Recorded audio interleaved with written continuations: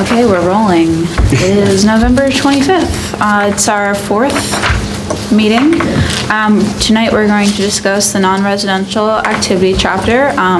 This is Luke Rosanova. I don't know if you introduced yourself yet. He's a fellow planner. He worked on this chapter. He also prepared the data and the charts for the demographics and the housing chapter. So he's pretty familiar with Morrisville at this point. I worked on the Historic and Cultural Resources chapter, and then another planner of ours, Christian, he worked on the Transportation and Circulation chapter, so they'll be presenting with me as well tonight. Great. So the first thing on our agenda is the October 28th minutes from last meeting, so if anybody... Scott reviewed it and has a couple things that need to be tweaked Okay, on the second page to clarify what we're going to call it. yep, Where it says it was discussed that the school still owns Manor Park. That should be reflected in the Parks Rec and Open Space Plan. The school district owns the school building. The playground is owned by the borough. okay,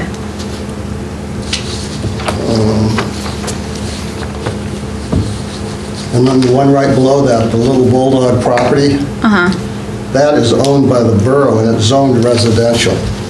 So it should not be a protected land. okay. So that's owned by the borough and zoned residential. That was it on his tweaks. Okay. Anything else to add or change? I'm fine with it. Okay. Well, Luke, if you want to take it away with non-residential activity. Sure. All right, good evening. Tonight we'll be starting by going over, like Bernard said, the non-residential chapter.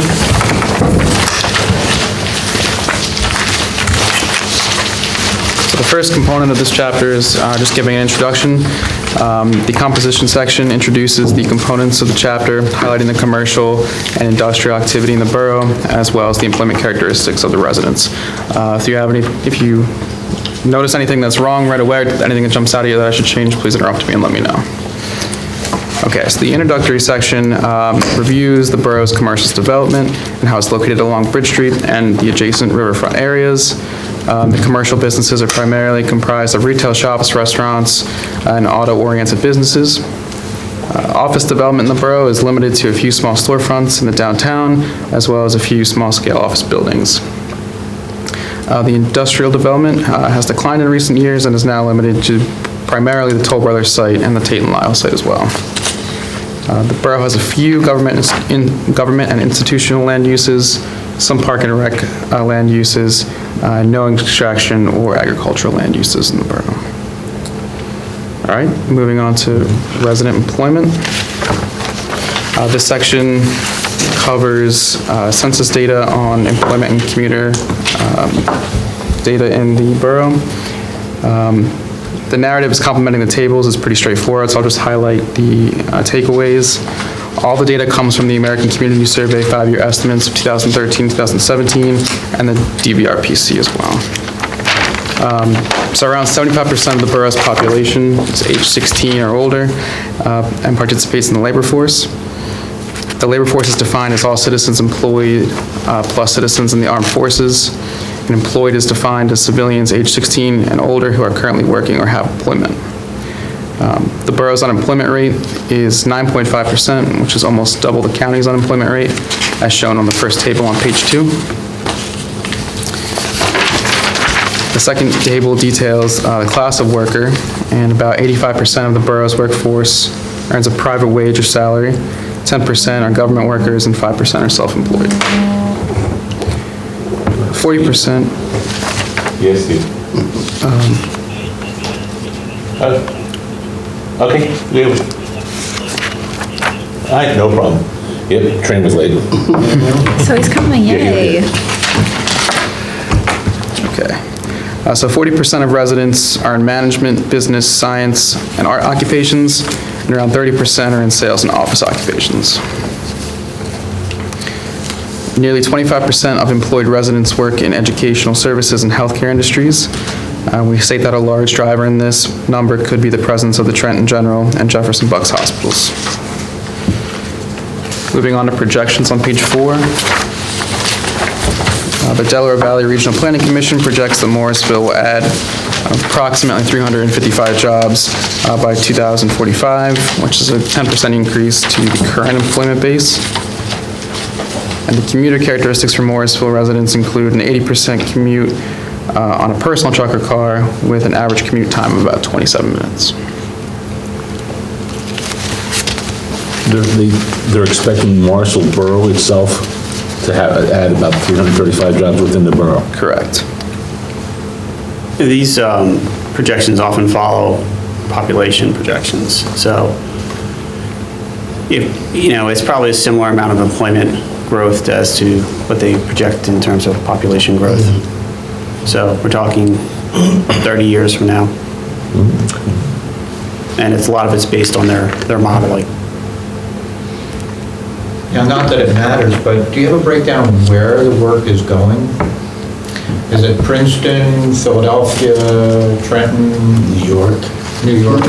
Right, and that's not something we initially did, but we can do that if that's what you guys would like to see. I'm just curious. One of the surveys, I thought it was do you travel 10 minutes to work, 15 minutes, or an hour commute time? Didn't we have that on one of the meetings you had here? Yeah, we did that already. Yeah. You should have that data already then. Right. In terms of where people are actually traveling to work. The distance, Yeah, yeah. just curious where. Yeah, I think we had that commuter data. And also you found out that there weren't very many people actually working in the borough. That they were all Right. out. Everybody was Right. going out. Yeah, sure, Yeah. yeah. Kind of know which way we can catch them. Right. Which Yeah. is on Princeton. I think it's a bit of a struggle for us because we have data like that, and it can then end up in 3 different chapters. You could put it in the demographics and Yeah. population chapter, you could put it in this chapter, or you could put it in the transportation chapter. So, it's something we should probably think about in terms of how we want to use that particular data set. Yeah. So, Yeah. Now, like if they're headed towards the train station in Trenton, maybe we can judge that. If they're going the other way down 95, right. maybe that's a little hopeless, trying to. Yeah, I don't know if it's that fine-grained. Christian, you have any insights on that? So that kind of data is just hard to find. Or not say hard to find, but it's really hard to pin down. I've like looked at that data before, just for like other parts of the county and our region, and it just like gets very dispersed. Like you'll have people say they live in like, I guess maybe like, like Arizona and all this stuff. So it's not always, it's Yeah. really funny. So it's not the best, but we can definitely look into it and try to get as granular of a picture as we can. Yeah. But they're just to kind of manage, expectations with that data, it'll only take you so far. Right, Yeah. yeah. Well, just maybe to capture some kind of idea, of, where they're going, why they're going there. Well, in our goals and objectives, we could have one of our goals is to try and capture more of the workforce, Yeah. keep them working in the borough instead of leaving the borough. Well, right, and I think what we can do is we can think about moving that data to this section and maybe having a discussion on it. Yeah. So, Yeah. Not so much capture the work itself, but, Just an idea. well, what they're gonna need, why they're going to a certain area because of the restaurants and other stuff related to their work, Sure. Theaters or whatever, Intellectual activities. try and capture something like that. right.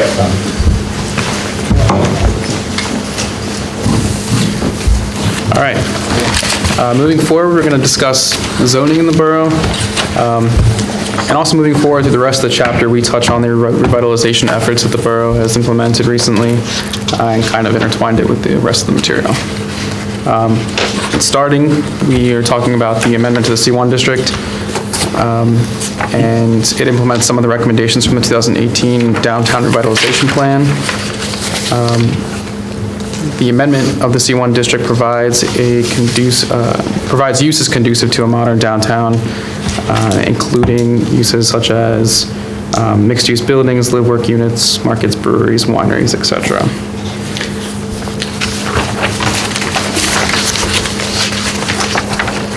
The next section, we discuss zoning ordinance and some other potential updates to the zoning ordinance that were not discussed in the C1 amendment. Okay, thank you. We highlight the rest of the commercial districts, the C2, the C3, and the C4, which have not changed much since last comprehensive plan. We also discussed the RN Riverview Neighborhood District in the southern portion of the borough. And how the district permits a variety of commercial uses, including retail shops, personal services, restaurants, and financial establishments, although that location is still not developed into a Riverview neighborhood. We move on to industrial uses. There are 3 industrial districts in the borough. The light industrial district, which permits fire stations, bus stations, wholesalers, warehouses, and general manufacturers. The I-1 industrial district, which permits the same uses just on a smaller lot size. And the I-2 industrial technology district, which has a mix of office, flex space, parking, transit. Some land use considerations. The single largest category of land use in the borough is single-family residential at around 50%. Vacant land accounts for the next highest total at 8.5%. Industrial makes up 6.8% of the borough. And most of this industrial and vacant land space is located south of Bridge Street. So we move on to the revitalization section. Yeah, a couple things have to be Sure. corrected with these bullet points. Okay. The Lehigh Rubber Building has the owner of that has a tenant, which is 21 Locks. 21 Locks does not own the building. And there's going to be like 4 or 5 uses in there ultimately. So 21 Locks is going to be a tenant. They're a tenant, and so is the distillery. Distillery could be a David's tenant. Distillery. And there's any other businesses? Not yet. Not yet. But the space will be available. Okay. And then the second one about the levy, that recertification is not done yet. That's a couple years off. Still? Yeah. I thought we were waiting. What was the letter that was, I'm sorry. I thought we had something pending. Yeah, wasn't there a letter I think issued? it was the money.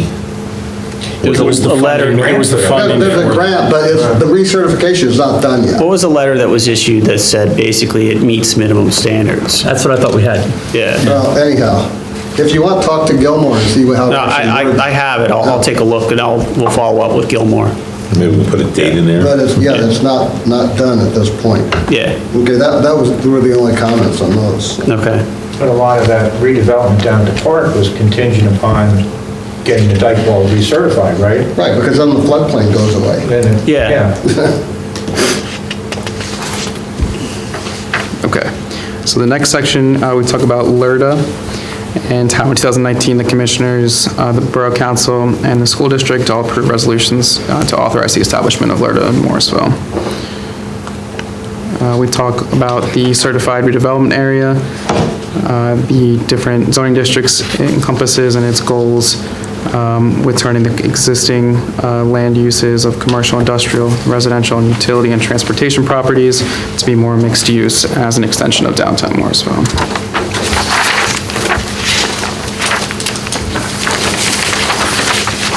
In 2019, the boundaries of the certified redevelopment area were expanded to include more parcels along Bridge Street.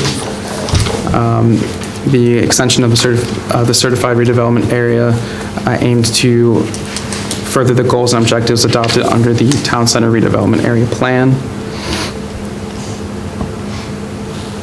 Specifically, the expansion of the redevelopment area will initiate steps to reuse the Stockham building. The certified redevelopment area also includes the Toll Brothers property, and we highlight the Toll Brothers property and the Tate and Lyle site, as well as the Cloverleaf property, which is adjacent to the Tate and Lyle site. We also discussed the wastewater treatment facility and how that might potentially be relocated.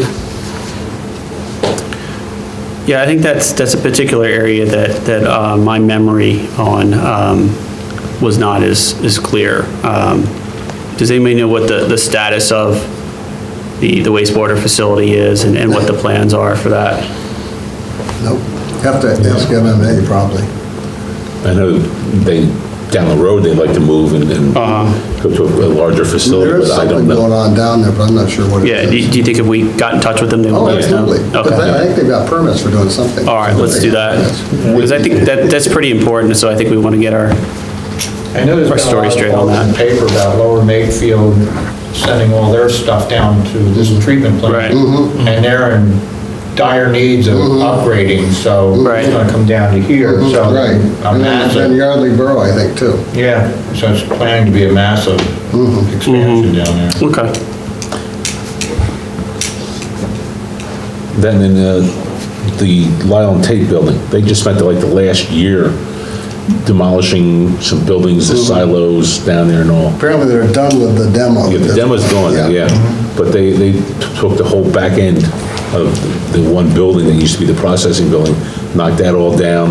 The 2 or 3 silos, they're gone, so it's more space down there right now. And that's an enormous site, and it's a riverfront. What are their plans for that site? Don't know. We don't Yeah. know. Don't know. Okay. If you can find out, let us know. All right. Yeah, I mean, they spent, it was a good year. It was a good year. They started like last October, knocking the silos down.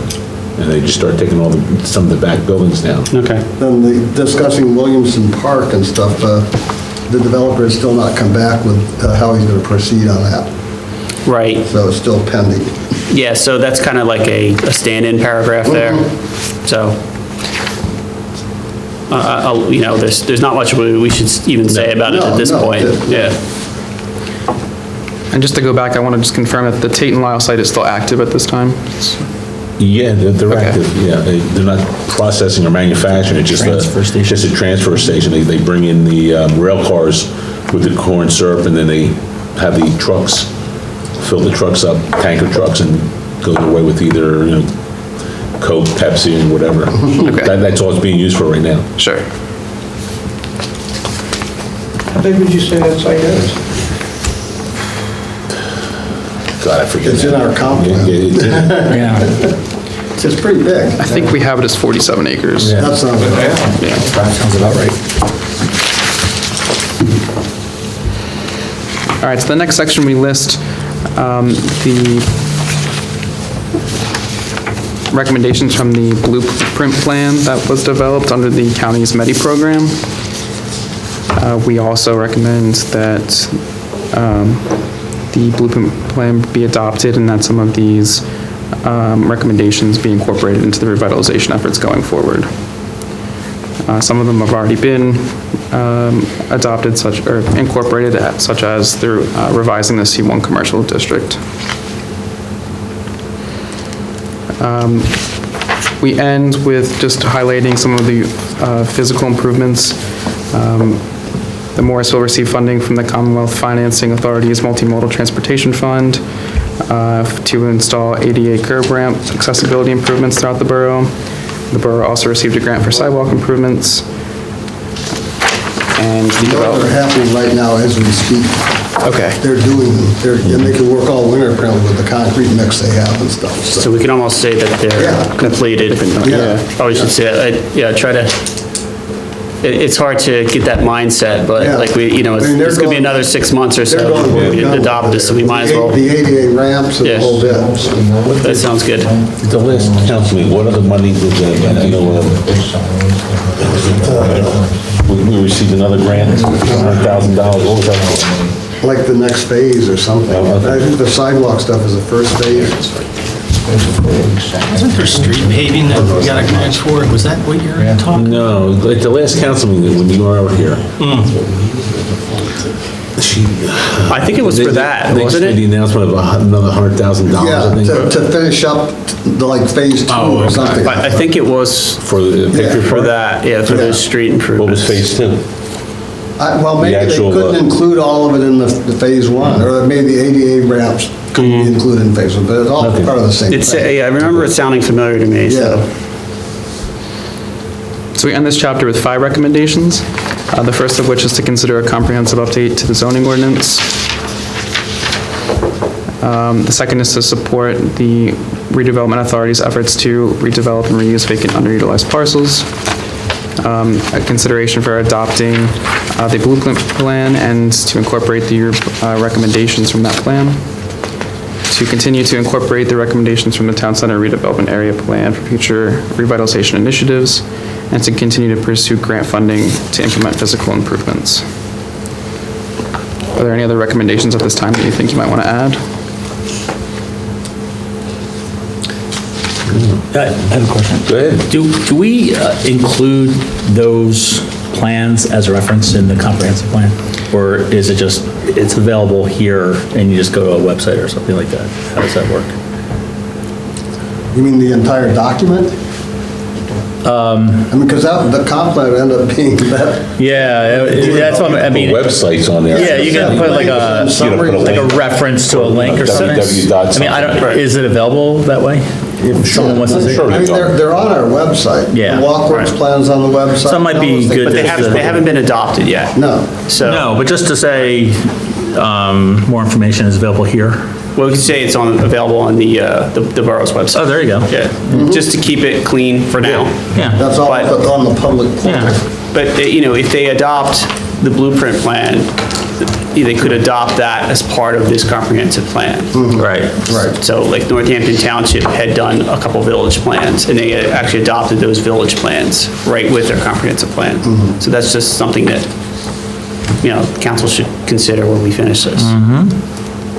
When do you think the Marshall Downtown Blueprint for the future plan is going to be approved? I'm sorry? Well, you have the Marshall Downtown, the blueprint for the future? Yeah, that's what we're saying, is they should probably consider adopting it. Right. Yeah, They're using it as a basis for a lot of other stuff. yeah. But it's out there right now, right? It's So- out there, but I don't think it's ever been adopted. I'm pretty sure it's not been adopted. Is there a potential that it may be in the next 6 months? It's possible. Like I said, the easiest thing to do would be when this comprehensive plan goes up for adoption, you adopt that plan along with it I see. as a supplement. As a supplement? Yeah. Yeah. Because, there's still good recommendations there. And look, you guys are getting stuff done too, so. Yeah. Yeah, I mean, I think if we just put a little note there, if you're interested more, just look at the borough website. Yeah. Links are available. I think that's the easiest way to do it. Yeah. Yeah. Any other thoughts or comments? Good, yeah, looking good. All right. Okay, thank you, Luke.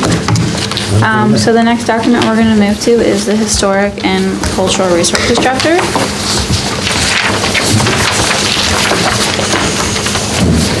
It's gonna be chapter 9 of the comp plan. Okay, so start out kind of explaining the importance of historic and cultural resources, how they're tangible connections to the past, and how they strengthen the community's future and quality of life. Historic resources create vibrant cultural destinations that can be centerpieces of community life. So to start, historic preservation is the process of preserving historically significant parts of a community, from individual buildings to whole neighborhoods. It involves identifying and celebrating a community's history to provide a better understanding of its past and a context for future decision-making. So the PHMC is the Pennsylvania Historical and Museum Commission, and that is the official history agency for the Commonwealth of Pennsylvania, and that's responsible for the collection, conservation, and interpretation of Pennsylvania's historic heritage. So the historic resources defined by the PHMC are objects or sites eligible for listing or listed on the National Register of Historic Places. And those are identified as historic by the community on the basis of age and local importance. So the National Register of Historic Places, which is the last paragraph on this page, that's the official list of the nation's cultural resources that provide recognition for buildings or districts that have historic, architectural or archaeological significance. So the National Register is part of the nationwide program to coordinate and support public and private efforts to identify and protect resources of significance in American history, architecture, engineering, and culture.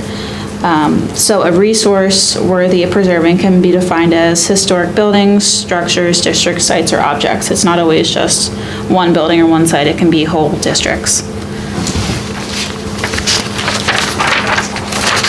So moving on to the second page. It goes into how if you have something listed on the National Register, it doesn't limit the rights of private property owners, but the National Park Service can offer tax cuts and other assistance for National Registered properties, kind of as like a fiscal incentive to promote preservation and revitalization of these cultural resources. So Morrisville has four historic resources that are listed on the National Register. It's, there's Summerseat, the Calhoun Street Bridge, Pennsylvania Railroad Bridge, and the Gershom Craft House. How do you pronounce that? Gershom? Gershom? Gershom, looks like it is, yeah. Okay. I think you have the H and the S switched, I think that's how it's spelled. Oh, is it? but the second The other sentence one's has, spelled different. Oh, okay. so, I'll have to double check. Wait, Oh, what's it yeah, say on the back map? in the Somerset section, I think we need to, Gershom. Somerset section, we need to indicate that it is owned by Historic Morrisville Society. It is private property. The Summerseat's private property? Yep. Okay. Neil, is the park next to that, or the summer seat?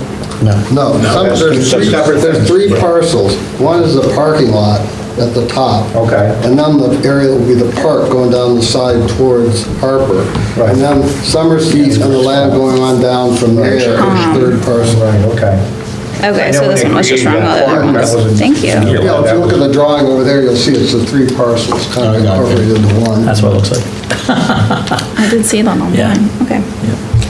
Okay, so each four of these, they just have the description of what the resource is, the date that it was added, and why it's significant to the borough.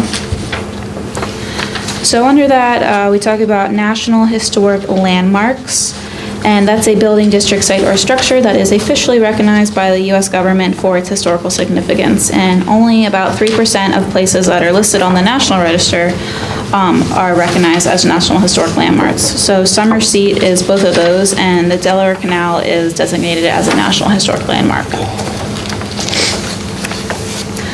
The Canal Towpath has been classified as a National Recreation Trail.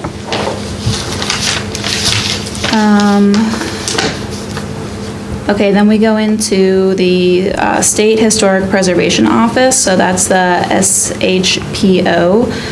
So the SHPO administers the Federal Historic Preservation Program within the state and all official state historic preservation programs and activities. So the SHPO also offers its own set of incentives for historic preservation programs, and it also awards Keystone Preservation Grants. And these grants are available to local governments, nonprofit organizations in order to help funding with preservation planning projects. So those were all of the historic resources. So then the plan goes on to describe natural resources. And Greystones is the only natural resource described in this chapter. And the site has been preserved as open space by the borough. So I'm just curious why Greystones wouldn't be on the National Register of Historical Places, and it's just considered a natural resource. Right, well, Or is it under there and it's also a natural? no, it's not on the National Register of Historic Wouldn't Places. it have to be a structure to be on the National Register? Either building or engineering or something? No, there can be like whole districts that are on the National Register. Yeah, but they contain structures. Because isn't the outcropping of rock, and they talk about an outcropping of rocks, which is a place, and then they also talk about where that is the place from which all places in Pennsylvania are measured. You know, from that going west. so I guess it would have to be nominated? Yeah, it would have to be Yeah, that's what I was nominated, you'd have to thinking. apply for it, they'd have to get put I was just on the surprised that it list. wasn't, you know, Yeah. that's my question, yeah. Yeah, well, that's definitely something that we can Make a recommendation. get into later in the chapter Yeah. of like a historic preservation Maybe we plan should and a survey. ask the Historic Society. Yeah, Whether I'm they've ever surprised. looked into that, and then that would be a recommendation if they agree with it. Yeah. That's a good point. Yeah. It does have great history. Yeah, it does. I And mean, great and significance. apparently that's where William Penn negotiated, or purchased, no, I don't, the Yeah, Lenape Indians, the it all Lenape happened there. Indians. apparently. Yeah, apparently. Lenape. Lenape. Put the emphasis on the wrong syllable. And that forest is the second oldest hardwood stand. Yeah, it's also, it's considered there's a special name for the forest. It's, what'd you call it? The oldest hardwood? Oldest hardwood? What do they call that? I know what you're looking for. You know what I mean? Yes, I Yeah. do. It's called a, not a Old bird- growth? Old growth. Specimen, specimen trees. It's not a virgin forest, it's like. Something like- Something that's never been touched, and it's like old growth, yeah. Yeah. I think that might be it, yeah. I think there's Yes. another word for it that we're looking for. Yeah, there's another, yeah. So there's like botanical significance as well. Yeah, botanical significance, yeah, see, I'm surprised our historical society, which, I couldn't tell I you. mean, it's funny, when you watch the Weather Channel, it's sponsored by them, if there's like, Oh, really? Oh, really? yeah, and I'm surprised that they haven't done that. Huh. Do they do much? When they meet, the summer seats I know that- open the that they- first, they run summer first, seat. They meet once a month. They first have- weekend of every month, there's open free tours of Summer Seat. That's all they really dedicate their time to. On December That's all I 7th, really read they're about that having they a big thing, they're having the reenactors and all that stuff going on there and tours of the house, too. And then they do a big thing for Winterfest. Yeah, I mean, there's stuff going on all over the place that day. Yeah. But mostly what they do revolves around summer seed. Yeah. Yeah. Okay. Yeah. Okay. Okay. Where is this house? We're trying to figure out where this, Which house? 105 Barnsley Avenue. Well, it's on your map. Hillcrest. That Where is Hillcrest provided. on- Right there. It's right there. You probably haven't seen it because there's a big fence around it.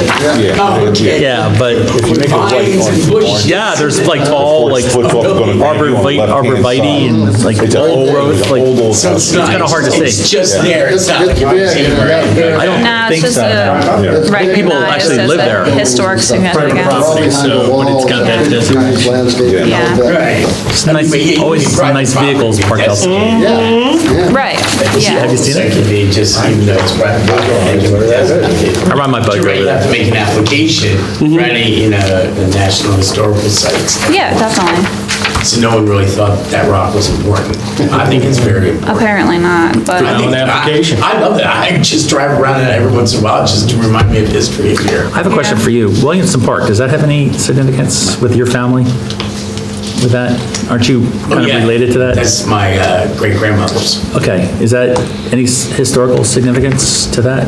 Or is that just the Rotary? Her nephew donated it to Oh, ours. okay, that's what happened. So that guy that's in the office downstairs, he's acting like I can't remember his name right off the top of my head right now, but he's the one that donated it. That was my great-grandmother who lived right there. The bowling alley. There's two homes, my great-great-great and great-great. Okay, now I know what you're talking That was your great-great-grandmother, Yes, Sarah Williamson. Williamson. How about Sarah that? Williamson Kelly. That's probably. Wow, that's crazy. so you're like Morrisville royalty. He is. All down there in the graveyard. That's my family place. Oh, Follow my genealogy back, so. So I go that to you the have graveyard. family down there in the cemetery? Oh, yeah, all the Williamsons and Kelly, yeah. Oh my gosh, that's great. oh, very historic. We're gonna talk about that cemetery. Simply knocked down their houses for a bowling alley. Yeah. I finally found them, and like, the houses were knocked down for a bowling alley. Is there any historic significance to the cemetery that we should know about? Yeah. Oh, yes, there is. Well, we're gonna talk about, Oh. the importance of preserving it later on in the chapter. Like Revolutionary Cultural soldiers There or is Civil War Ben soldiers? Franklin's grandsons in there. Really? Yes. Okay, I'll have to add that. Wow. Fact check that. It's there. Get a picture of his grave. They knocked down the tree that used to be under, but yeah, Okay, it's there. I nice, was not aware of that. Yeah, yeah. okay. Interesting. All right, so moving onward, page 4, to historic preservation plan.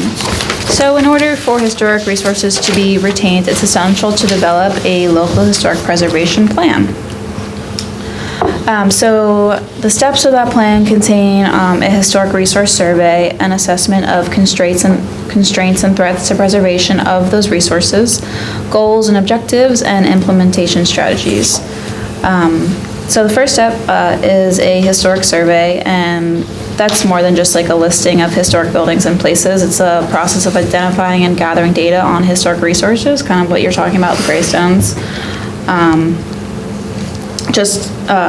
A survey should be periodically updated because as time, more buildings, places, districts, sites become eligible. The second step would be an assessment of threats and constraints. The third step would be goals and policies. And then implementation tools on page 5. So these are implementation tools that must be developed in order to make the preservation plan work.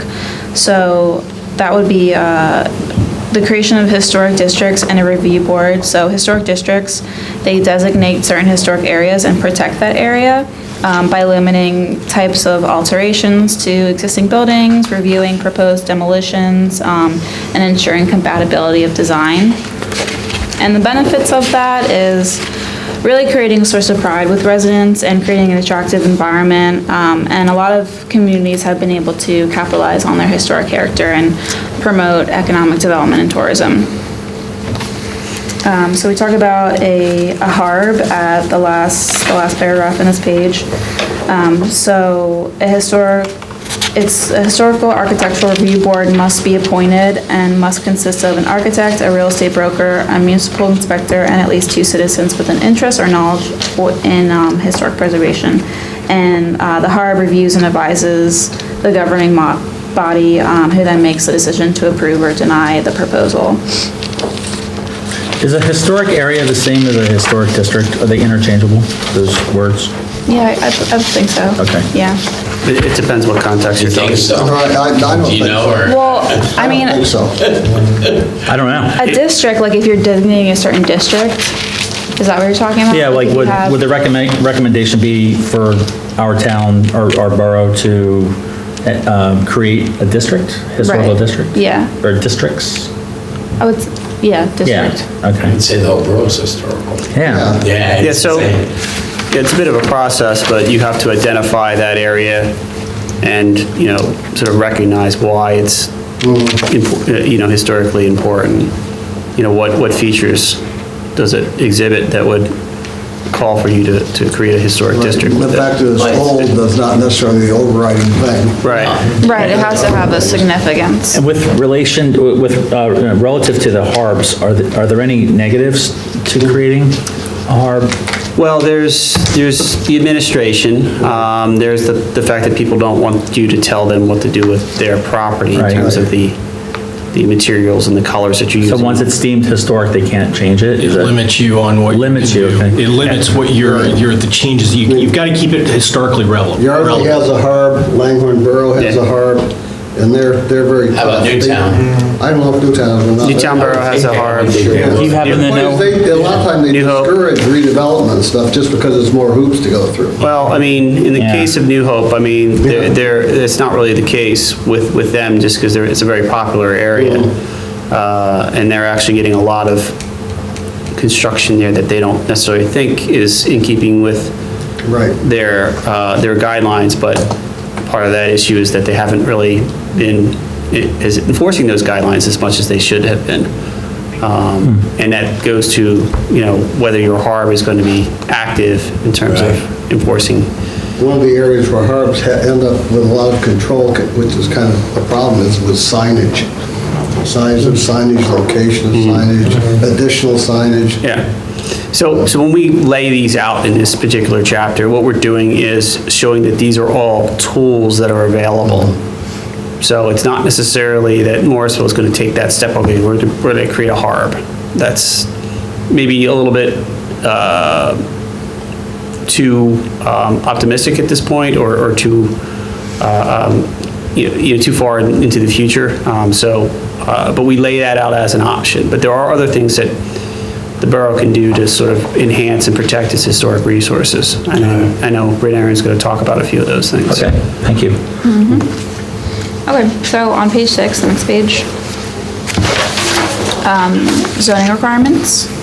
So historic districts can be useful methods of protecting historic buildings, but often in municipalities, historic structures or sites are not necessarily located within an easily defined district.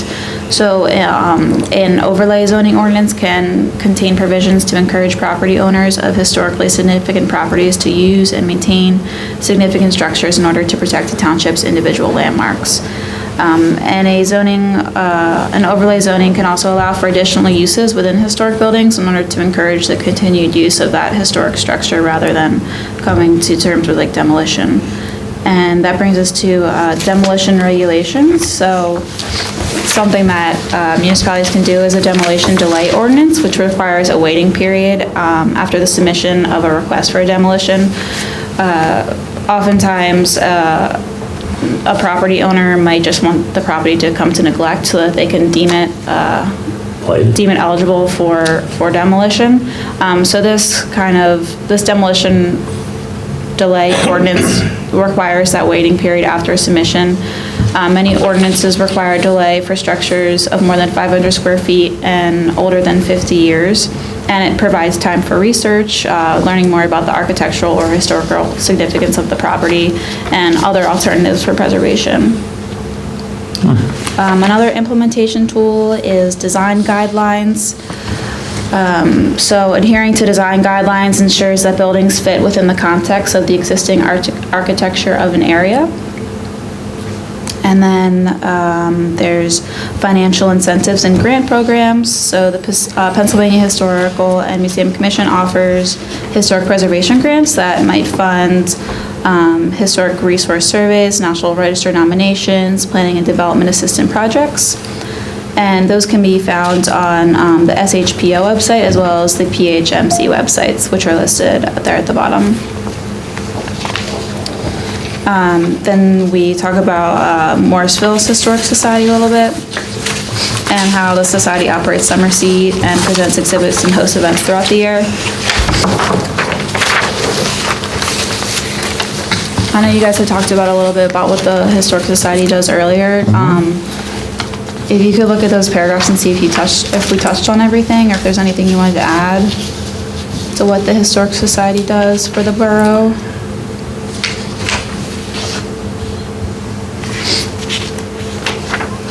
I know we say like host events, but I don't know if you want to get more specific with. I think on the Summer Seat website, they have a list of events. Okay. They have a calendar, which has quite a few different things. Okay. What group in the borough manages or comes up with or recommends design guidelines? Is that zoning? Well, it's Borough Council. So design guidelines would be a separate document, or we have seen them adopted in subdivision and land development ordinances. So you would need an outside consultant to help you develop those guidelines. But we're incorporating some of those in our new C1. Correct. So we sort of have guidelines in those. They're more standards, they're more zoning standards you'd have to follow. We try not to, in the zoning ordinance, you try not to say, okay, you're going to go with this architectural style, and we want these specific types of elements. We more or less try to keep it to, size of the windows, heights of the buildings, And less prescriptive. screening, Yeah. right? Yeah. Those types of things that aren't really necessarily designed, but they are standards, development standards that can be met and easily understood. So with design guidelines, you are getting more into those materials, you're getting more into, the colors, you're more getting into architectural styles. And making those as guidelines rather than requirements would, enable them to be legal in terms of putting those before a developer and asking them to follow those guidelines to So come. they're project specific? Well, they're not necessarily project specific, they're area specific. Area. So, yeah, so if you say there's a particular architectural style that you think is, or that the borough think is reflective of a particular area, you can use those elements of that architectural style, you put them into design guidelines, you create those guidelines along with illustrations to get development outcomes that are in keeping with the style of that particular area. But I guess my question is like, who initiates that? Is it our council? Is it? Yeah, Planning commission, is well, it it would be zoning? up to, the Borough Planning Commission's always up, they can always set their own agenda, it's just a matter of them, obviously having the funding and the time to Have we ever done anything like that? I think when To do something like that, Casey yeah. built the Renaissance, Yeah. we kind of said, we're looking like at the industrial Yeah. design. Was that us that did that? I think it was downstairs. Okay. Well, because it was. Yeah, but having that book in front of you and saying, okay, this is what we're looking Yeah. for. It's like in Lower Yeah. Wakefield for the Edgewood Village, they usually have design guidelines by Carter Van Dyke that show what a shutter should look like, inspiration, all those things are shown graphically. Right, it's very graphic oriented. New Hope has design guidelines, Doylestown Borough has design guidelines, Northampton Township now has design guidelines. For the entire borough? usually the design guidelines are for historic areas. Okay. Or specific sections of a municipality. So all of this is interwoven Yeah, so. for districts and, Right, absolutely. So what we might do at the end of this process or there is probably a recommendation to consider design guidelines. Yes, there is a consideration of design guidelines. And I think that's just something that, a comprehensive plan would recommend follow-up on, as we are doing here. And so it's something to be explored in the future. And normally, a project like the Williamson Park stuff would Right. end up developing design Well, guidelines. right, you would hope that they would have something that would keep future development in keeping with that design style. the only reason I brought it up is I was just wondering who is the person that, or the group, or the team that actually owns it and says, this is what we need? Or is it just the developer suggesting it? Yeah, well, if you don't have anything in place, the developer is always going to be like, this is what Morrisville is. Because they have nothing Yeah. to adhere to. Right, exactly. But, and the other issue is that the borough doesn't have an idea necessarily. You might have some ideas on it, and you might have an idea, and you might have an idea, but you don't have that cohesive standard that you can just put in front of the developer and say, hey, this is what we're looking for. And so the nice thing about design guidelines is that they are an agreed upon community standards, so that everybody's on board with that. And you put it in front of the developer before they get to that phase and say, hey, this is what we're looking for. And they can be helpful in pushing development outcomes toward something that you would like to have and have for, that you would be proud of. You know what I'm asking now, right? Is it the planning commission that recommends that? Or is it? We could. Could be anyone. It's going to be right here in the comprehensive plan. But you're talking So, about yeah. going to an outside agency, and it's going to require monies. Yeah, I mean, we are doing design guidelines right now. Well, there you go. I think that's what I But was then you building can up say, to. you know, It doesn't sound like it's ever gonna get done. Where would you like to do it? I mean, if the project on the park kicks off, then you can start having some ideas there, but where do you have a large enough area, other than maybe in the old Cloverleaf area, to say what kind of design standards you want to put into Well, it place? depends on the type of project, the Yeah. scope of the project. That's why I said it's a project delivery. It's like parks, Project-based. no one even knows who owns what and what was given in anything. I mean, it's like, Yeah. is it that hard to find out? Like, check the deeds? I mean, All right, I think I got my answer. Yeah. We kind of had a discussion early on that we didn't want to set solid guidelines because we didn't want to exclude anybody from trying to develop. Right. But, Yeah. once they came in, we could It's a talk very about fine it. line you got there, yeah. Yeah, it may not be that the time is ripe right now to develop guidelines. I still think it's a good recommendation to have to consider that in the future. Yeah, I agree with that. I mean, I don't think we're at the point of saying, all right, this is the kind of shutters we're going to put on a building. Yeah, right. No. I mean, maybe the type of building we like to see, like Too the prescriptive. Renaissance, Yeah, like that. that's in the But, C1. yeah, We're yeah, talking yeah. about massing and fenestration and various things like that. In the style of, something like that, yeah. Cool. Okay. Thank you. All right, so moving on, we're on page 8, in the middle of the page, heritage signage, that's the last implementation tool we have. So historical features can be noted by plaques or street markers, and they can be commemorated with a marker through the Pennsylvania Historical Marker Program. So you've seen those like blue historical markers.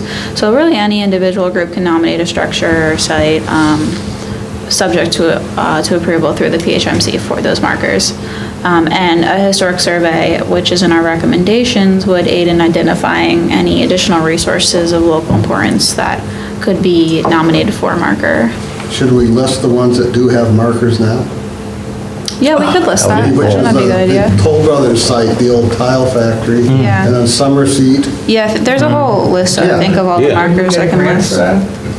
Is there a place Oh, you you're can go to talking see the all? wayfinding signs? The historical, yeah, if you go on the PHMC's website, The yeah. wayfinding signs, yes. Right. But this is a little bit different. This is through the state, and there's a list, and then there are other things that might want to go on the list. Right. Yeah, that'd be good to list out. Yeah, it's a nice way to commemorate something historic without having to nominate it for like the National Register. And then the last piece of this chapter we talk about is the cemetery preservation. So we have a little intro of the cemetery when it was established, some historic famous graves. I'm gonna add Ben Franklin's grandson and the whole Kelly family. Just fact check that. Kelly family then. The whole Kelly, historic Kelly family. Kelly Williamson, Kelly. Right. Are you related to Grace Kelly? Roger Kelly was the next generation, yeah. Kelly's of Philadelphia. Names, the big names in the area, married them. That's awesome. That's great.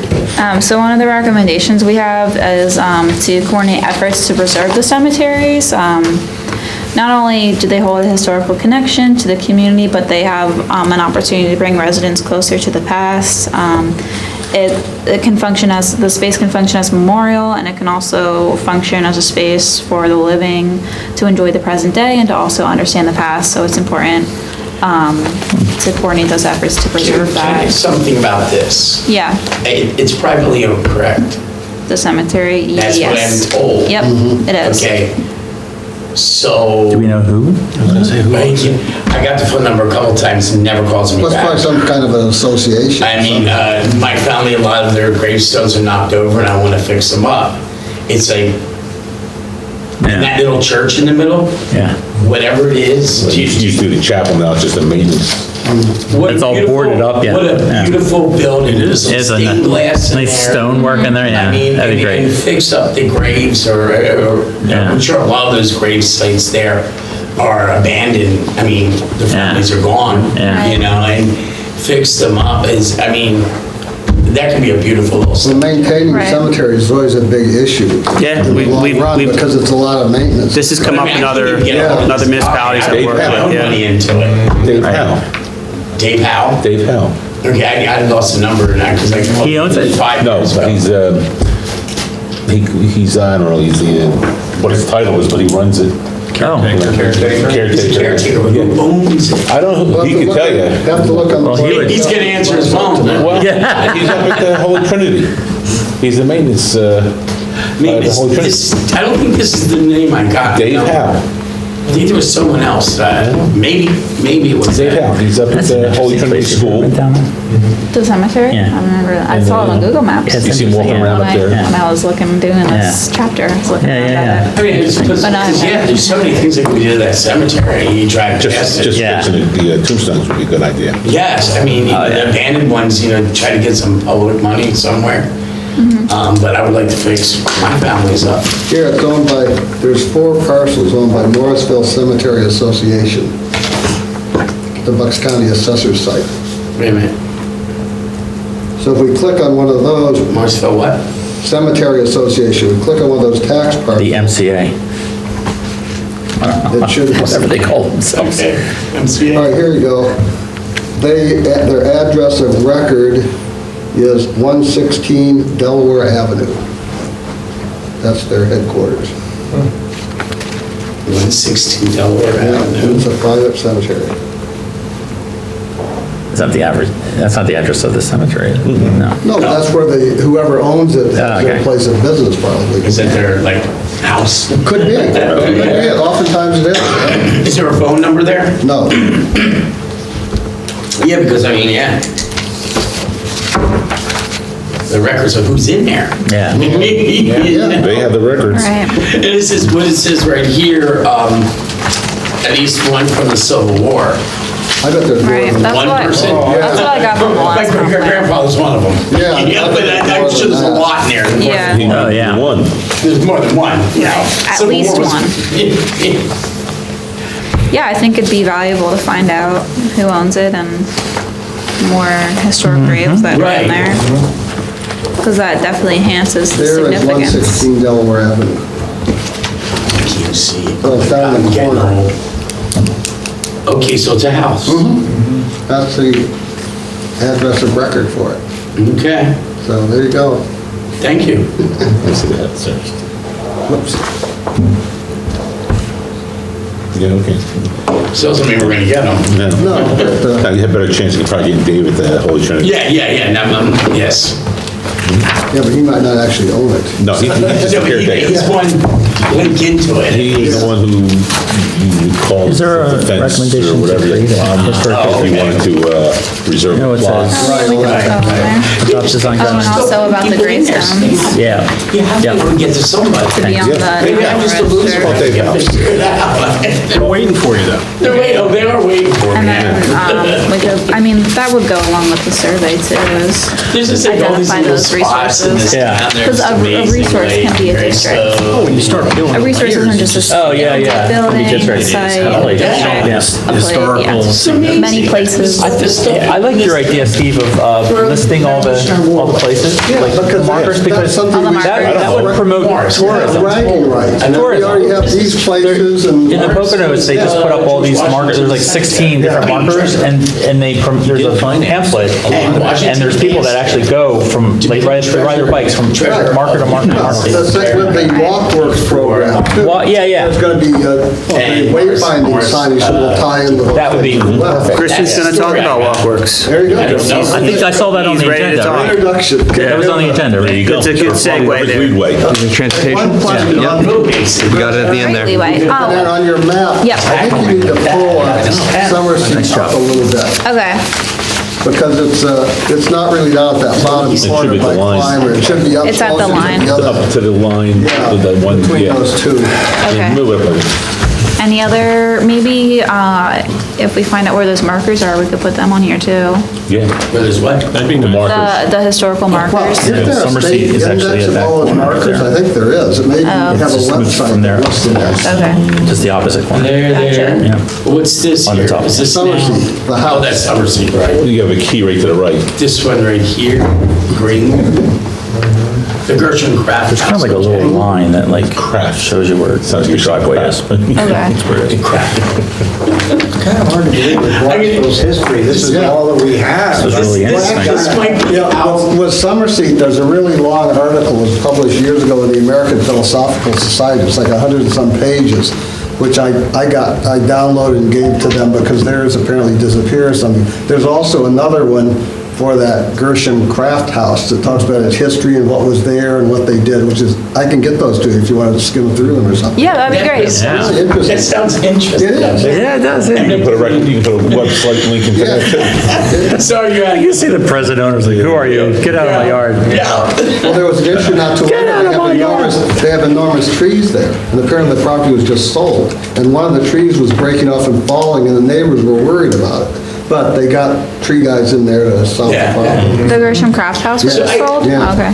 This might be off a little bit, but I was told, I don't know if this is true historically, that Morris was Washington's treasurer, and he was asked to be treasurer before Hamilton. Is this story true? Well, he was the financier of the revolution. Right, he was already- and he was had asked, debt by that time. he Yeah, was that asked is, to yeah. be, well, they all were. Well, no, but he thrown in jail. ended up in debtor's prison. And then he went to France or whatever. He's actually holding a bag of money if you look at the Oh, and statue. the statue, yeah. Morris? It's that little bag he's holding, there's Yeah. like Bag of money. coins in there. yeah. Mr. Morris to me, I'm Yes. sorry. Mr. Morris.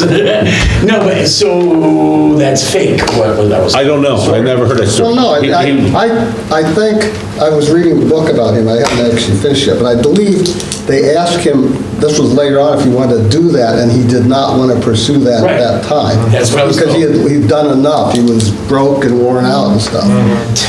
What a tagline to get people in this town. I mean, it's, just, you know, there's so much little history here that we Yeah. dig it up, Yeah. put it out there, people would want to come. Yeah, Well, you know, Just need absolutely. restaurants. Somerset dominated the town, and, you know, it owned all the way clear down to the river, where they had the mill and stuff, and that's where they had the Ewing's forces during the Washington's Crossing, the Battle of Trenton. Right. They couldn't get across because of the ice, so they never made it over there, but they were camped in this whole area. Imagine what's underneath there. That's a lie, he didn't throw the 50-cent piece.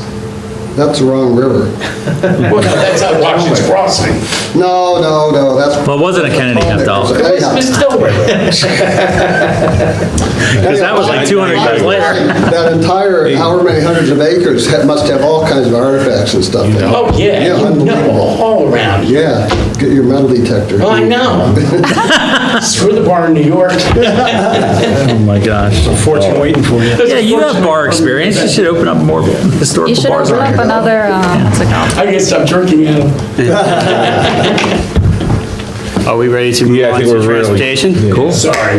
No, it's okay. This is I think you had a Christian, few he's our before you. expertise, Christian. transportation. Hey there, guys. Good evening.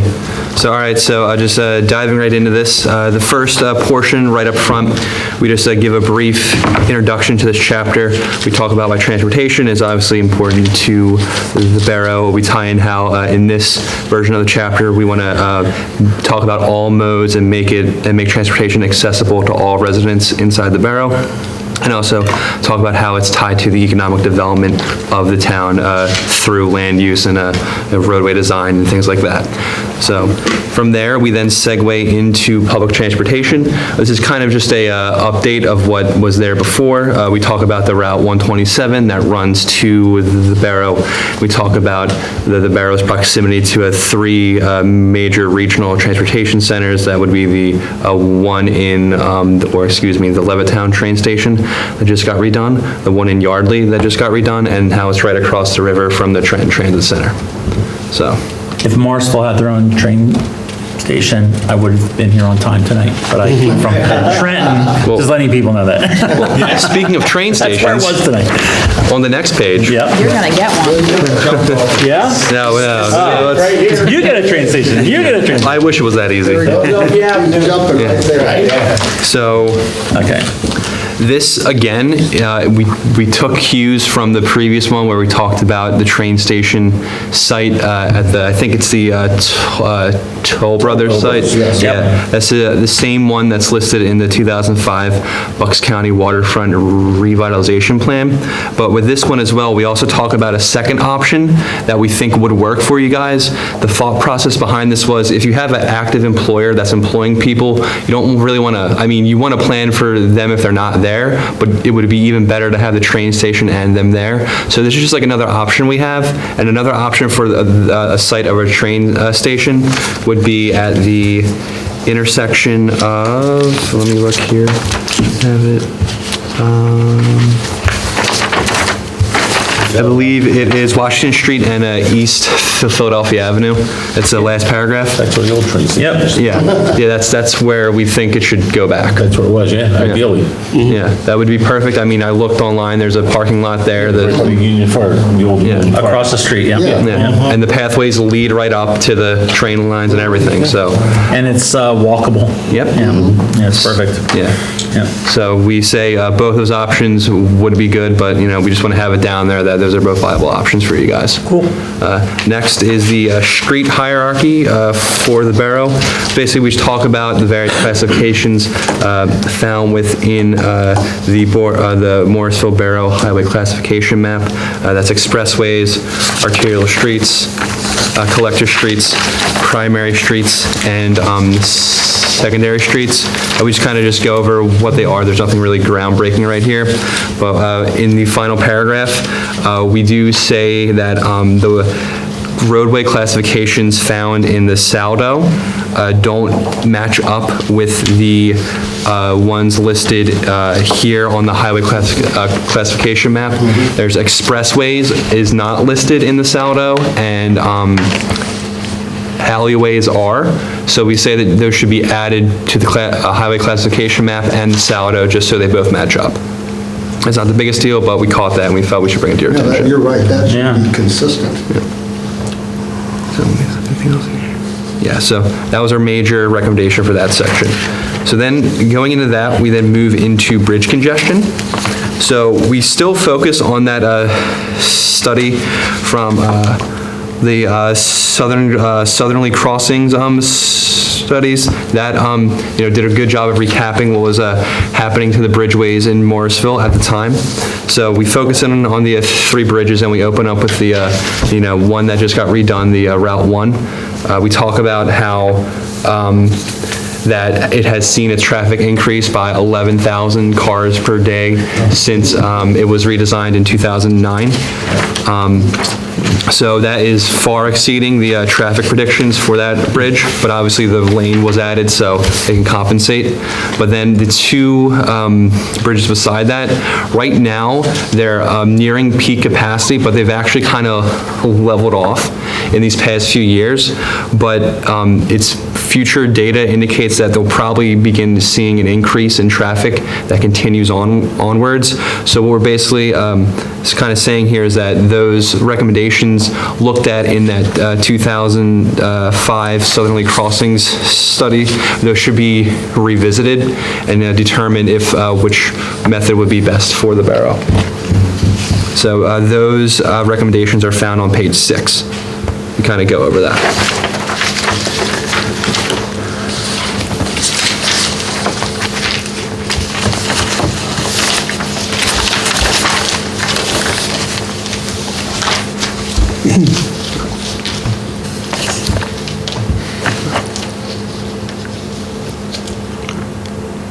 Any thoughts on that, or do you guys see any problems there that you think should? No. Other than construction of additional bridge, I don't think it's gonna happen. Yeah, I don't, I don't think we need another bridge over here. How about a tunnel? No, then just cut the town up a little bit more with another bridge. Right through the baseball field, right? Why not? Everyone else wants to rip through it. Yeah. Overly, right. all right, so, You touched, I think, 10 years ago on the other comprehensive plan about the bridge going over Tyburn Road into Hamilton. I guess that's been put to rest many years ago. yeah. I didn't read anything about that bridge, how it would impact traffic flows here, what the future of that would be. And I think with the new turnpike extension out, you're getting a lot of just high-speed traffic and people can just go right through and they'll work their way back around. How about with the construction of the Scudder Falls Bridge, the expansion? Is that study to take any relief in Marshall, any traffic or not? So I didn't encounter any study on how that would reduce traffic here. I would imagine it would impact it in some way, but I didn't see any study that said that. But that's something we can look in at just to check on. Oh, I see it every morning. Pennsylvania Avenue and West Trenton, that traffic coming, they're avoiding Scudder Falls Bridge. Well, right now. It's crazy, yeah. Two circles you have to go through to come back if you're on 29. Yeah, crazy. Have you done that? Yeah. Not lately. Yeah. But I try not to. All right. So all right, so then we'll move into access management. It's basically what access management is. It's how many access points are going into your major roadways, and with the thought being, the more access points you have, the more conflict points you have, and more crashes or other kind of incidents that could happen. So proper access management is one of the key features of making a safe roadway system. So this is similar to what was in the old comprehensive plan, but we just talk about how, as it's critical for the safety of the borough to do this. And we just go on to say that the borough should look at the roadway system it has now. If it's seeing sites that are causing problems, they should evaluate those sites, and then if they deem it feasible, to develop a access management plan, or you could even go and just develop access management language. PennDOT has a model access management ordinance on file that you guys could easily adopt to meet the needs of your borough if you guys decide that's a pathway you would want to go. Now, what happens with the major highways here are state-owned, and us being a borough, how much help do we get, or? Well, Public Works maintains the borough ones, and PennDOT maintains Pennsylvania Avenue, West Trenton, and Bridge Street. Right, okay. That's the maintenance, but as far as like studies or Yeah, well, yeah. doing it. And getting, Do they work getting along with the openings, borough, or- road openings, all that stuff depends whether it's PennDOT or borough. Yeah, yeah. But being the state itself owns the highways, Yeah. do they work with the borough at all? Yeah, but they have their own whole system. They own the right-of-ways, and what you can do and not do in them is strictly controlled. So we won't be able to do any access management, it would be up to them Would have to be on. to do their studies. Morrisville Street. Well, I think if you guys wanted to, so if you guys wanted to do a plan, I think you could move forward and do it, because those roadways are inside of your town. So if you just want to have people take a look at them and you just get PennDOT involved in the We can't process. touch those roads. You can't even you guys can look at them at all? Nope. Okay. Even if they impact our residents? Well, no, we No, it's try PennDOT. getting the trucks not to go down South Pennsylvania Avenue, make a right onto Philadelphia, and I don't think they can enforce it. Just like with our sidewalk program, you can't make them redo sidewalks on state roads. Yeah, it can only be on borough streets. borough What's South Pennsylvania Avenue? That's a borough road, correct? No. No, that's a state road. That's State Road roads. 32. And as you go underneath the railroad tracks, Yeah. there's a sign there that says, all trucks make a Right, right. right. But there's no enforcement of it. I don't know if it's a lack of enforcement or they just can't enforce it. Well, we have River Road, right, Delmore Avenue, that's Delmore state. Avenue's Right, that's 32. state. 32, yeah. Pennsylvania, Yeah. West Trenton, Yeah. Pennsylvania, and Philadelphia. And Philadelphia. And Bridge. And Bridge. Yeah. That's our main artery. Those are main the arteries. lots of And it's state all- roads in a very small And borough, we can't small do anything area. with the sidewalks West for that. Trenton, Philadelphia, Really? South. The property Yeah. owners 32. can, but they have to do it through 32, they PennDOT. don't. Yeah, the Morrisville Shopping Center just replaced sidewalks. Yeah, on North right, right, Pennsylvania. yeah. That was through PennDOT. That was through And the PennDOT. developer had to pay for that whole thing. Oh, wow. Right, That's right, a right. major undertaking. Yeah, It looks well, great, but Yeah, they cut down all my sycamore trees. Wow. So that was PennDOT cut down those trees. yeah, whatever. Yeah, that was not the borough. Yeah, I thought they were, okay. so that puts a little limit on what. It does, a big Yeah, limit. Yeah. Especially on those big roads. Yeah. All right, So. transportation improvements? Yep, so the transportation improvement program is produced by the Delaware Valley Regional Planning Commission, and basically what this is this basically kind of lays out the major regional, it lays out transportation projects from across the region, and it kind of helps determines like what projects get what funds when and everything like that from a federal standpoint, not the state or local, from the federal government. So right now, there's about 400 projects on that TIP, or that's they call the TIP, and it's about 500 or 5.5 billion over a 4-year span. So that's a lot. Right now, Morrisville only has the one project that's at the end of Bridge Street that links the canal bike path to Bridge Street. There's a bridge. By the group. yeah. Yeah. Yeah. Oh, right, sure, yeah. The tow So, path. yeah, that's it. They're gonna By have the, by the pond. Yeah, okay. Yeah. It's the, it is the top paragraph on page 8. The only project program for the TIP for Morrisville is the connection to complete the juncture of the Delaware and Lehigh Canal Trail where it intersects with Bridge Street. So our recommendation for here is to work with the county to see what you guys would need and hopefully try to move things onto the TIP. But, so, that's one thing we have in mind. So then our final section is access and mobility. And the point of this section was to kind of, stress how we want to make the transportation system in Morrisville function for all people here and for all modes. So that includes cars, pedestrians, people taking the bus, and walkers and bike riders, and all those kinds of things. So our first recommendation for this is we propose a complete streets to calm traffic. Calm, safe traffic would make it a more walkable and more safe place to be. So what a complete streets program and design guidelines would do would kind of lay out or basically kind of paint a vision of what a safe, complete street would look like for all modes of traffic and people. So this could be in the form of guidelines of what kind of, sidewalk curb you want to see, if you want to see bump outs, if you want to see mid-grade, like plantings, redesign your bus stations, things like that.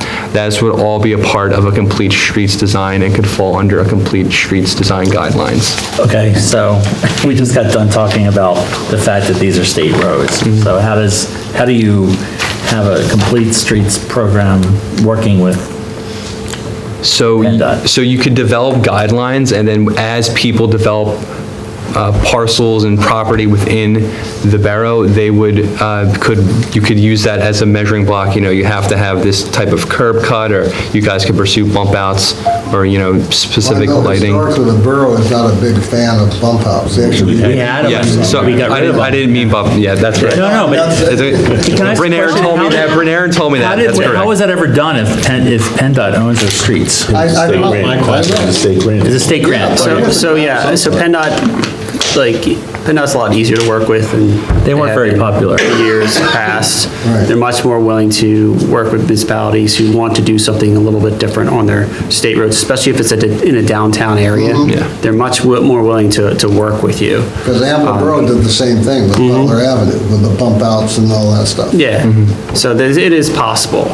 But you have to come to them with, here's what we want to do, with some ideas, and then they will work with you. Yeah, this, PennDOT rolled out a new program to work with municipalities across the state. It was called PennDOT Connects, and it's been very well received over the past 4 years.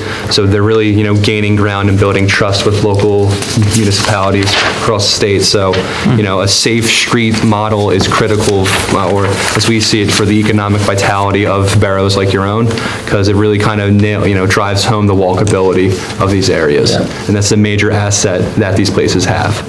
You said that was called PennDOT Connect? PennDOT Connects. And then just those photos we have are just kind of what concepts would be of a complete street. And then that one down there is a sample of previously and what it looked like afterwards, just to, visuals sometimes help. Yep. Yeah, that and the bike path. Yep. I think a bike path might be first thing they can start doing along Pennsylvania Avenue. Yeah, that's a great idea. Oh, well, the Walkworks program, that's what they're looking at. Absolutely. So then we move into pedestrian and bikes, and we do talk about the Morrisville Active Transportation Plan. We talk about how it's important for the borough to look to move those trails and sidewalks and walk paths to completion.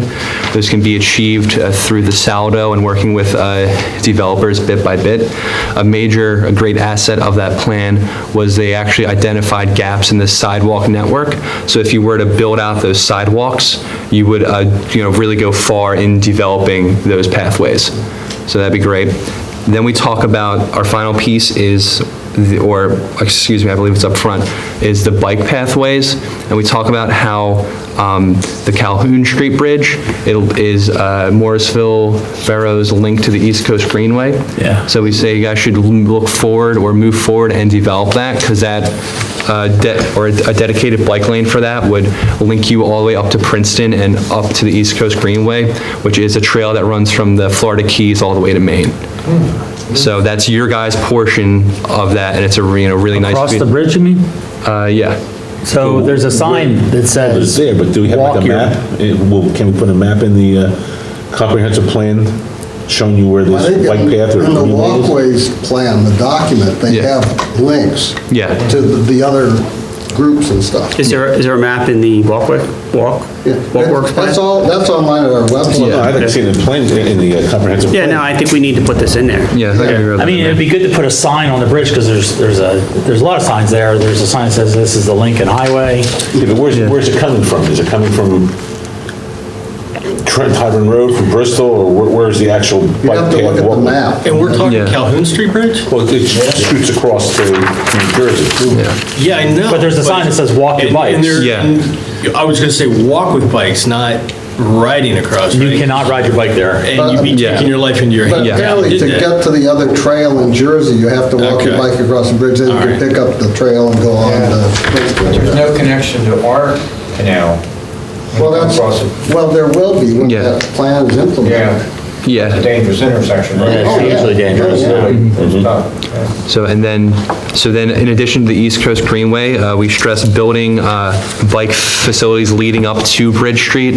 Not quite sure how you could fit them on the Bridge Street, but if you move or if you develop bike facilities leading along the Bridge Street corridor, that would help people get to the transit center and 2 trains to Philadelphia and New York City. So if you add in that piece at the end that links it to the Delaware Canal, you then have Morrisville can link people to the train Lane in Trenton, which then leads to Philadelphia or New York, or from the Delaware Canal Trail up to northern Bucks County. So if you develop those facilities along Bridge Street too, that'll be another really good asset to have. So you could have the East Coast Greenway more for like your bikers, maybe touring through, and then people actually needing to use the trail on a day-to-day basis would probably would benefit from facilities on Bridge Street. Very nice. Nice job. So, and then just go through here. Yep, okay, we touched on that. And then just at the end, we go over the recommendations we have. So work with SEPTA to conduct a feasibility study for the train station for Morrisville. Work with the County Planning Commission to develop a list of TIP projects. Develop a complete streets policy and standards, include participation of residents in that process. Develop pedestrian and bike facilities within the Morrisville Borough Active Transportation Plan. So some sub-recommendations for that. Just work with developers to fill in gaps in your sidewalk network. Develop a list of priority bike facilities to push towards completion in the coming years. Work with state and regional partners to develop bike facilities along East Trenton Avenue and Bridge Street to Calhoun and Lower Trenton Bridge corridors. And then ensure the requirements of the Saldo and zoning ordinance are enforced to push pedestrian and bike facilities to completion. Then just gonna round that out. Access management, if you guys determine you need that, work with the Delaware River Joint Toll Bridge Commission to review the Southerly Crosses Corridor Study and adapt those strategies to today's conditions. How do we get access to that? Is that on the county website? It's online. I can find the link and I can Does send the it to Toll you. Bridge Commission have their own site that it might be on? I believe that's where I found it. I know I found it online, so I can get that to you guys. Do we have a list of sidewalks, the gaps in our sidewalk network? That's what we're doing that program. Steve Oskowski's doing that right Okay, now. all right. Block by block, property by property. Nice. Okay. And then just the last one, just correct the discrepancies in the roadway classification and the subdivision and land development ordinance. Just a couple. There's a lot. I mean, That's good. I mean. Yeah. There's a lot of good A lot recommendations. of, good, yeah, solid. Yeah. Just have to implement it or have some kind of plan to move it forward. Nice job.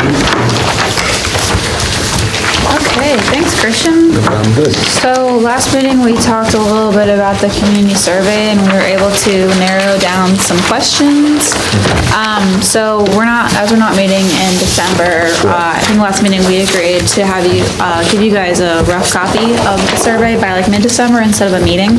So, someone who works for the county, not in our department, but they make surveys. They're able to do that with SurveyMonkey by doing it only like one survey per household. So here I kind of narrowed down some of the, here, I'll pass them around. The questions that we talked about last meeting and possible answers. That's it. That one there? This is on the chair. Did we get one? Did everyone get one? Perfect. Just for sharing. Okay, so, this is a really rough draft of what I want to give to the person who is going to be making the survey, so, So you said there is a way that you only take it once and that's it? yep, Okay. only one per household, that's what you Nice. guys wanted, right? Yeah. Okay. That's good that you're able to identify that. Yeah, so, Yeah. so we have each question and then the indents are what the answers would be. So what ward do you live in? That would be multiple choice with the 4 wards. How many residents are in your household? I was thinking for this question, there would be like a drop down or you could input the number some way and How many residents in your household, including yourself? including yourself, okay. Adults and children. Oh, yeah, you want to break it down? Yeah, we could break it down by, we could have another question, I guess, how many resident, or, Or under the age of 18. Under the age of 18. Above the age of 18. yeah. That would have to be a separate question, I Yeah. guess. Okay, do you own or rent your home? There'd be 2 choices there. What type of residence do you live in? This would be multiple choice and we'd list like single family detached, single family attached, apartment building. Where do residents in your household work? These would be multiple choice. Morrisville, Trenton, Philadelphia, neighboring municipality, elsewhere in Bucks, neighboring county, elsewhere in New Jersey, New York, other. I don't know if there's any others that you want to add or take out. Yep. Okay. What transportation do the residents in your household use to get to work? Car, bike, train, walk, bus, ride share. You have it, how many children? Oh, I do have Oh, there you go. children. Yep. Okay. That'll be another, you can input the number there. Where do you send your children to school? And that's gonna be multiple choice of the list of schools in the area. Can you maybe reason why you chose that school? Well, isn't a lot of a school, where you send your kid to school doesn't have to deal with or where you live in the district? It is by your Well, it's public and residency. private too. Oh, okay, so if you send your kid, So it could okay. be, So, yeah, Right, I'm thinking public school. Yeah. Like, I'd it's like to know determined, why they would send them somewhere else, and some do go to okay, Pennsbury. yeah. You know, Or Notre why is Dame, that? you know? Yeah. I think we'd have to come up with some pretty good choices for that. Yeah, we'd have to word it, If Marshall's Very a better wisely. school district, would you consider putting your kid to school? Right. That'll say it all right there. Yeah. Families always consider private schools. We have a good school district where I live, and families still send their kids to private do, schools. yeah. Yeah. So, That's gonna be tough. yeah, so I don't know if we're gonna get too much out of that. No. I mean, we'll look into it. We'll see if we come up, we'll come up with some, I think we know that already. And it's We've pretty had well- numerous surveys and it's the same over and over again. right. So we kind of know that. Reiterate it again. You could clutter up Yeah, the no. survey. No, this has other questions. I think this gives us the right direction to move on. So do you think we should, Oh, I wouldn't since we do say that. have that data from school districts, do you think we should just Yeah. take it out? Okay, Yeah. okay, so we won't ask that school.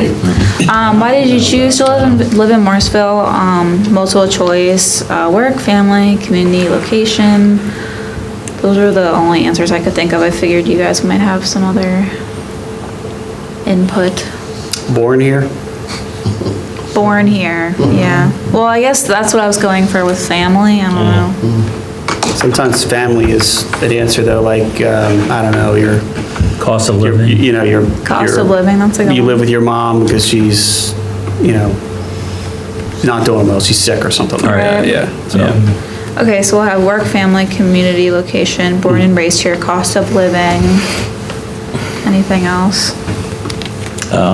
Great school district. Funny.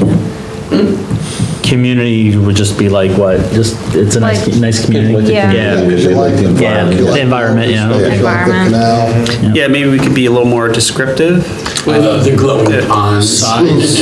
Some Yeah. people do prefer smaller communities. Yeah. Yeah. Walkability. Walkability, yeah. Ability, I guess, location So to you're, like, you could be, choose all that apply. yeah. Yeah. Location to nearest, to, I guess, to, public transit. People live here if they wanna commute, if It's it's also easier to commute. local to New York. Right. Easy accessibility. Yeah. Interstate accessibility. That's the word I'm looking for, accessibility. Get out of that. That's why I bought here. And so did I, Yeah. right there. Yeah. Well, along with the fact I Yeah. discovered the town It's right in between Right. Philly and New York. with my family. Yeah. Okay, how long have you lived in the borough? We have multiple choice for that. Do you plan on retiring in Morrisville? Yes, no. I had maybe for multiple choice. I don't know if we should keep that or not. Yeah, why not? Yeah, do that. No, I like the Retiring? I like that. You don't, how long do you plan to live here? As long as it's gonna live. You know, not just retiring, but. Yeah, we had how long As you long as plan the on good Lord live here, lets but didn't Evan want to take that one out? We decided that wasn't a good question because nobody really knows what they're gonna be doing. Well. So, I mean, I think the question of, do you plan on retiring is probably as close as you're gonna get. Yeah, okay. Or would you like to retire? Yeah. Are you planning on retiring? Yeah. And then maybe have an open-ended question of why or why not do you plan on Yeah. retiring? How would you rate the quality of life within Morrisville Borough? And we can have multiple choice for that, from poor to excellent. Poor, excellent, okay. I know we talked about wanting to figure out why people go to other areas to experience certain amenities, so we could have a multiple choice of what amenities do you experience in other areas that you don't experience in Morrisville. Oh, that's a tough one. Yeah. Restaurants or, Yeah. Do we want, just going back to Smoking or the, tattoos? All of the above. going back to the previous question, do we want to ask why they would rate it a certain way? Why they rated quality of life? Yeah, like we could keep it as an open-ended question, like why? I think that's just kind of an interesting, like, why? Why do you think it's Yeah. poor? Why do you think it's fair? Why do you think it's very good? Why do you think it's excellent? It's important for us to know that. Right. Yeah, Where the why is, you know. Gotta like that, yeah. explain your Yes, you're right. answer. yeah. I think you can get some valuable information out of that. Okay. Do you patronize any of the stores or businesses in Morrisville? Yes or no? If so, which stores? If not, why not? Do you own a business? I would say, do you own a local business? Because You own a there could local be- business? Like you own a business, do you own a business in Morrisville? but Yeah. you live in Morrisville. Right. Yeah, You Quality could of own a life. business somewhere else too, or nationwide. yeah, Yeah. yeah. Do you own a local business in Multinational. Morrisville? Okay, what transportation do residents in your household use to get around Morrisville? Car, bus, train, walk, bike, or ride share? What transportation do residents in your household use to get to other neighboring municipalities? The same multiple choice answers. How often do you frequent a Parks and Rec facility in Morrisville? And that'll be multiple choice as well. Which parks do you frequent? And then we'll have a multiple choice of the parks, and you'll be able to choose more than one.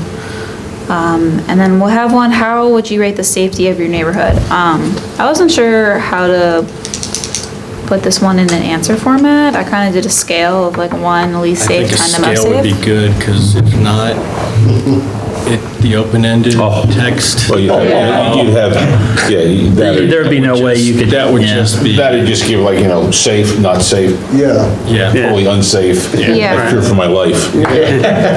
So 1 to 10, 1 to 10 1 is least that safe, would- 10 is I like most that. safe. What could be implemented to make your neighborhood safer? I don't know if you want to include that and have an open-ended question. Well, did we talk about, talking with the police chief about, From last meeting? yeah, about maybe how he would handle Oh, that how he particular would, question? yeah, we did talk about that. Yeah. Okay, so I'll contact him. Just thinking that maybe he has some Yeah. options that we can put on the survey, like, It could or be what like- kind of information is he looking Or for? it could be add additional street lighting or Right. things like that. Right, Actually, maybe a discussion with him could add multiple choice questions, Yeah. rather than a text of letting people just, yeah, not that I'm against it, but it would Barf all over really, it. No, I think that's a good idea. it would really make this survey. Yeah, like multiple choice, you can get some choose. metrics. Choose as many as you see fit Yeah. applies. Okay, Yep. yeah. that's a great idea. Okay, we have another scale. How satisfied are you with community services that Morrisville provides? 1 to 10, 1 very unsatisfied and 10 very satisfied. What if they don't know there's community services? Like, We could give examples. Yeah, such Yeah. as Yeah. trash, Yeah. ambulance et service. cetera, yeah. Please, sir. Yeah. Fire. Please see Fire. the Police fire. community services and facilities chapter in the Yep. comp plan. Yeah. Yeah, I don't know how I feel about this next question, because, like you guys said, it's a big open question. I like that question. What would you like to Yeah. fix? Yeah. But do you think we should have like multiple choice and they can choose, or open-ended? Let them go We at could it. do a little bit of, you could do both. You could put multiple choices and then have an open-ended Yeah. choice. Yeah. Absolutely.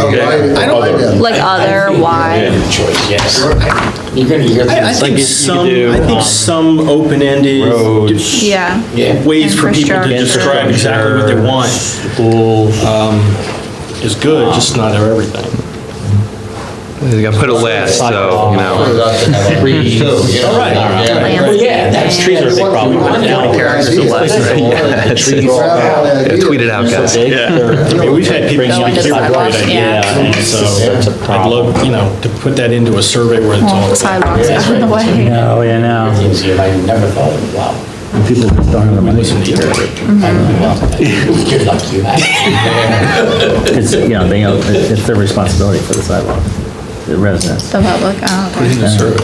Okay, and then, how do you receive your Morrisville news? I know that we talked about that, in the last meeting. That was a question that you guys wanted to include. Morrisville Tavern, why isn't that? Word of mouth. Wasn't that you that was, that you that was talking? I knew it was one of you guys, yeah. He came in with all kinds of questions from Marsville Tavern. That's, I remember you saying that last meeting. yeah. Here's some Perilous Hills, jeez. Let me tell you what I heard. Is there anything you want to add to the local news answer? That covers it. Yeah. Other. I know. Other. Yeah, I think all the answers could really have an other. Yeah. Okay, great, so that really narrowed some things down, so, If you could, yes, when the person who does this, if you could put a heading on there to the effect of, Give it 3 days. help us help you. This is your town. okay, This is not for us, this is for the town, this is your town. okay, You know, this is not just a government entity, this is your town that we're trying to, right. You could. Yeah, of course. Could we include the cable news channel, or the Marsville cable channel, or You mean the For the local last channel? question? local thing for the news? Yeah. Yeah. Community access. I mean, I don't know, maybe You that's. get a lot of information from that? Not really, but I don't know if others do, though. Morrisville Borough website. Interesting, your Morrisville news, so that's where you would get A it. question like, probably shut in. is there another community that you know of Yeah, you never know, that the shut-ins compares to might- Marshall? Or, I don't know, along those lines, like, get them to talk about it. Is that? Like comparing other Compare, municipalities? yeah, like, what other community comes to mind when you think of Morrisville? How's it gonna be beneficial? I don't know, it's just like, it kind of like lets you know how they view the place in a different way. Or, I think you're gonna get a pretty good idea. Bristol. yeah, Yeah. Brent Aaron, how many? it was just a question. How many questionnaires do you anticipate the total being? How many responses? Yeah. I honestly. 2% maybe? Luke, how many did you get from I think your 4%. survey, right? Good. Yeah, I just did a survey for Luke just East did Rock East Rock Hill. Hill. Sent about 2,000 out, and we got about 500 back, which is a pretty high response. 25%. Yeah, Right. that's That's Right. fantastic, oh my God. If you get 500 back or a number similar I to always that, got you can 5% actually back, I go was through happy. and look at all the That's very handwritten spread out, answers and East Rock stuff. Hill. Yeah. Right. You know. Well, he sent them Some out surprise. physically by mail too, so Yeah, this- I feel yeah. like we would get even more if it Were was they online. I incented? mean, the mail point it you in? can actually say, No, they say, weren't even look, sent these it. guys all They voted mailed and they them? wanted this, And it was this. postage paid? Postage is paid though. Yeah, Oh, okay. Yeah. we wanna be a little more economical. Yeah. Well, the internet, yeah. And you can just do it on your Internet phone. or Well, downstairs and pick up the the phone thing of and it drop is, it off. in Morrisville, people aren't, since we're more of an urbanized area, pretty much 99% of people are plugged in. Whereas in East Rock Hill, there's it's all spread always out. people Yeah. you know that they don't even have a television, you know, so, Wow. well, So, yeah. But that's I mean, that's like what they'll claim. spread out though, right? That's what they'll claim, but, you know. Now, is there ever an opportunity for a local merchant can put a coupon in there for return?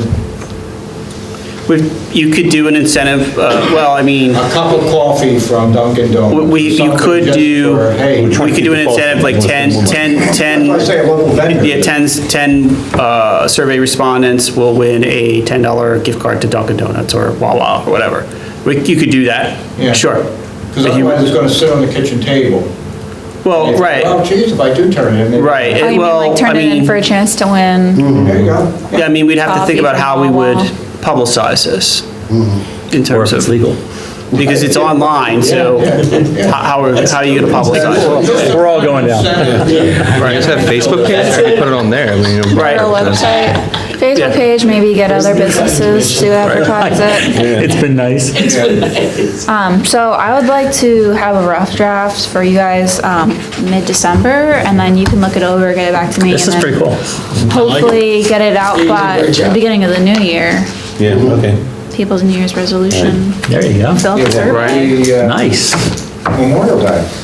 Get the surveys in by Memorial Day, we have a parade No, here, right? Memorial Day? Memorial Day? I know, I'd be a No, little they gotta be too back late. by, they gotta be back by the end of January. January. Right. They gotta be Maybe- tied to- Valentine's Maybe Day. like The Valentine's plan, Day. moving on. I'm just. thinking President's that, Day. you know, Yeah, There there you you go. go, President's Day. Well, you want to give it a timeline where it's not so far off that people Right. aren't going to think to File. fill it out. You kind of want to give them like a little bit of time, but not too much time. Okay. Because you've got to keep the comp plan process going. Right, yeah, right Yeah. after the Right. holidays, you send it, You give them a blitz 6 of weeks. advertising and then hopefully you get all your respondents yeah, there. a couple announcements at the council meeting, saying, you know, you got, Yeah. you know, 2 weeks, 3 weeks, or whatever left. And on the website, Yeah. you know, Yeah. all the. Have it downstairs. Public access thing. I have a couple signs put downstairs maybe with a couple surveys that can fill out there. That's true, yeah. And say, you know, put them in, return them here, or fill them online. Giant when you Are go. we able to tap into, I know that the borough has, I think it's Joan who calls She's you. retired. Yeah, but her voice, when, I get calls saying when the fire hydrants are gonna be flushed. Oh, okay, yeah. It's her voice, it's recorded. Yeah, yeah. Is there any way we can use that system just to remind people? Could. You know what I'm talking about? So it's like an automated dialer, Yes, but yeah, and it rings, and I pick it up, because it says Marshall Borough on my Yeah. caller Oh, ID. yeah, and yeah. The It's notification. Joan Doretto telling you Is that it- the signed up fire for it? hydrants are gonna be Yeah, you have to be flushed. signed up for it. But you have to be signed up for it. Because you're a Marshall, Okay. if they can distinguish between Well- Marshall residents and non-Marshall Yeah, residents. but you have to The- sign up, the- actively sign up for that. Yeah, I mean, that would depend what the purpose of the system was. Right. Like, you And how can't, it's implemented. yeah, I mean, there might be. can't use one There system might for be the other. limitations on how you use Yeah, that this is system. specifically How about the for Nixie? water treatment. Right. Did you ever sign up for the Nixie or? Which one is that? I have. No, neither have I. I don't know what I have it that's down for. at Tom's. What is River, it? but I haven't- You just get It's text. emergency notifications, I think. or No, weather, or- I didn't know you Not could just- do that. Is there any kind of, bill that is sent out during, like, spring? Garbage? Yeah. Water, sewer, garbage. Oh, you mean like an No, insert? garbage is done in the Yeah. packet. You could just put a flyer in there. You don't pay your Did you water hear that? That was like, do like a flyer. in Just put a the- flyer in there with the, Except those are You can't usually just done, pre-printed you know, and. Yeah, yeah, they have pre-hand stuff. You can look into How it. many residents are in Marsville Borough? 8,000? Yeah, a lot. 8,000? 8,002, Don't we have a? not including the guy buried in the newsletter cemetery. How many about thousand? Marsville? They had not had that much. I thought we did, like a calendar. of It events used to be, in do you know, or something like that, I don't have that anymore. I know, It's all don't you on the guys do website newsletters? Doesn't Scott send out newsletters, like Yeah. quarterly? I feel like I saw some We online. don't get newsletters. Online, they have like a did you know? Maybe online, but they used to, years ago, they used to have, do you know, Yeah. which was like done like in May. Okay. Do you know is on the website, has various categories of. Like, do you know if your grass I think we is just taller have to, than? you have to utilize blah, blah, blah, social you can get media it. What postage number? and citation or whatever. the Marshall website and the channel, You know, Verizon. you like, I mean, yeah, it's like it's just gonna have to be an advertising blitz. Clearly So- not, no one's here. Just make the announcement that they're going to have a vote Tells you no one's to reading. build on Williamson Park, and everybody will be here. Everybody will be here. Yes. And by the way, fill out this survey. Yeah. You want your voice There you heard. go. That's Yeah, we could trick them. Yeah. Okay, well, We'll have a Kirk will go to the bar and just spread the rumor that they're voting next month on the Williamson Park. perfect. budget and all that. What day you? You're gonna go to the bar, you're gonna tell everyone that they're voting on Williamson Park next month, and this place will be packed, and we'll just hand out the survey then. And you cannot leave it. Can't leave it. It's true. We're meeting the fourth Monday of January, right? Yep, so we're not meeting till the January 2020. 2020 is our Do we have a next date meeting, for that? the fourth Monday in January. Is that the 27th? Monday in Nothing in December, January. right? Nothing December, Nothing coming up? well, something may come up from us, but right now, nothing for us. 27th? Yep. We're gonna have a rough draft to you for the survey instead of the December meeting. We'll email that to you guys. And then hopefully you guys can get back to us with feedback and then we'll have a final copy of the survey for January. Good. You got that, Kurt? It's gonna be a good meeting. What's the date on January? We're meeting This Monday the 27th. 27th of January. 27th of January. No 2020. meeting December. Bernard's gonna get us the draft of the questionnaire mid-December, Mid-December, yeah. 2 weeks, 3 Before the weeks. holidays. And any feedback, Well, send it over to them. that we would look into what, January to have something down on paper and sending out? Yep, Or up on the website? yeah, hopefully by like the first, second week in January. And what time, 6 weeks, 8 weeks, turn around and get it back to the borough, or what time? I mean, we have to think about, I mean, Christian, how did you guys get the word out for the Quakertown survey? Ooh, that's a good question. How did we do that? I think it was on a Facebook. Okay. And then the county was putting it on LinkedIn. I Okay. think it was done via Facebook, because that's how we got it out there, via the link to Okay, Survey I Monkey. think, yeah, so we'll have to think of our media campaign, which is gonna be public access channel, website, and On Facebook. the Yeah. website and downstairs? Yeah, I think that'll be it. enough. Yeah, Is there like a that'll be local enough. patch website or something you could put it on there? Could you reach out to those individuals? I think it covers more than just Do Morrisville. they still have the Marshall Times comes out? You can put a little blurb in there. Yeah, that's a great idea. Times, we can get a hold of them, I don't know. So there's a deadline, either like, Yeah. you know, get Yeah, it and in by a then, certain and date. it's, so we'll put the survey out and we'll say, I don't know, by the first week of March or something like that. Yeah, depending when we're ready to roll with it. Yeah. That's a Yeah. good morsel times. That's what East Rock Hill did. They put it in their newsletter. Yeah, yeah. So, All right, okay. great. Thanks, guys. Okay. All right, very good. Enjoy it. See ya in January.